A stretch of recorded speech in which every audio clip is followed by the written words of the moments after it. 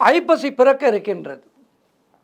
இந்த ஐப்பசி தொடங்கி ஐப்பசி, கார்த்திகை, மார்கழி 3 மாதங்கள் கொஞ்சம் சிரமமான ஒரு விஷயம்தான் இது, நான் ஒப்புக்கொள்கின்றேன். ஆனால் இந்த சிரமத்தை மனதிலே கொள்ளாமல் இந்த விரதத்தை நாம் கடைபிடித்தால் எப்படிப்பட்ட கழுத்தை நெரிக்கின்ற பிரச்சனை இருந்தாலும் சரியாகும்.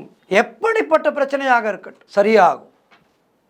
ஆகவே இந்த ஐப்பசி மாதம் மாலை போட்டு, அதனால்தான் புரட்டாசி முடிவிலே இதனை நான் சொல்கின்றேன். புரட்டாசி முடிய இருக்கின்றது, ஐப்பசி பிறக்க இருக்கின்றது. கழுத்தை நெரிக்கின்ற கடன் பிரச்சனை, வேறு ஏதோ வெளியிலே சொல்ல முடியாத பிரச்சனைகள் இருப்பவர்கள், நீங்கள் சபரிமலைக்கு வருடாவருடம் செல்கின்றவராக இருந்தால் கார்த்திகை மாதம் மாலை போடுகின்றீர்கள் அல்லவா, அதனை மாற்றி ஐப்பசியில் மாலை போடுங்கள். ஐப்பசி முதல் நாள் மாலை போட்டு ஐப்பசி, கார்த்திகை, மார்கழி 3 மாதங்கள் இந்த விரதத்தை கடைபிடியுங்கள். இந்த 3 மாத விரதம் என்பது ஐயப்பனுடைய பரிபூர்ணமான அனுக்கிரகத்தை நமக்கு கொண்டு வந்து சேர்க்கும். எனக்கு தெரிந்த ஒரு அன்பர் வருடாவருடம் அவருடைய ஐயப்ப பூஜையிலே, அவர் நடத்துகின்ற பூஜையிலே அடியேன் தான் இசை நிகழ்ச்சி நடத்துவேன்.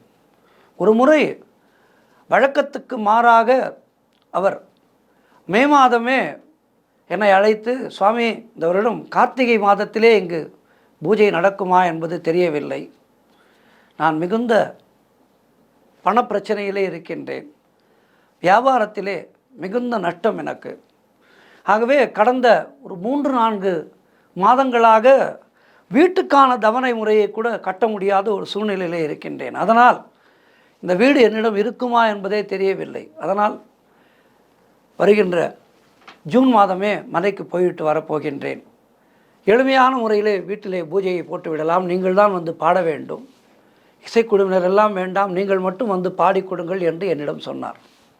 நான் சொன்னேன், ஐயப்பன் இந்த இல்லத்திலே சாநித்தியமாக இருக்கின்றான், இந்த வீடு உங்களை விட்டு போகாது, தைரியமாக இருங்கள் என்று அவருக்கு தைரியம் சொல்லிவிட்டு, மிகப்பெரிய குருசாமி அவர்கள் ஒருவர் இருக்கின்றார், அவரிடம் இவருடைய பிரச்சனையை சொன்னேன். அவர் கொடுத்த உபாயம் அது, அவரை கவலைப்பட சொல்லாதே சாஸ்தா, நான் சொல்கின்ற இந்த உபாயத்தை கடைபிடிக்க சொல், ஐப்பசி மாதம் மாலை போட்டு 3 மாத விரதம் இருந்து மலைக்கு செல்ல சொல், நிச்சயமாக அவருடைய கடன் அடையும் என்று சொன்னார். அந்த உபாயத்தை அவரிடம் சொன்னேன், மறுக்காமல் அந்த வருடம் ஜூன் மாதம் மலைக்கு போய்விட்டு வந்தவர் மறுபடியும் ஐப்பசி மாதத்திலே மாலை போட்டு கொண்டார்.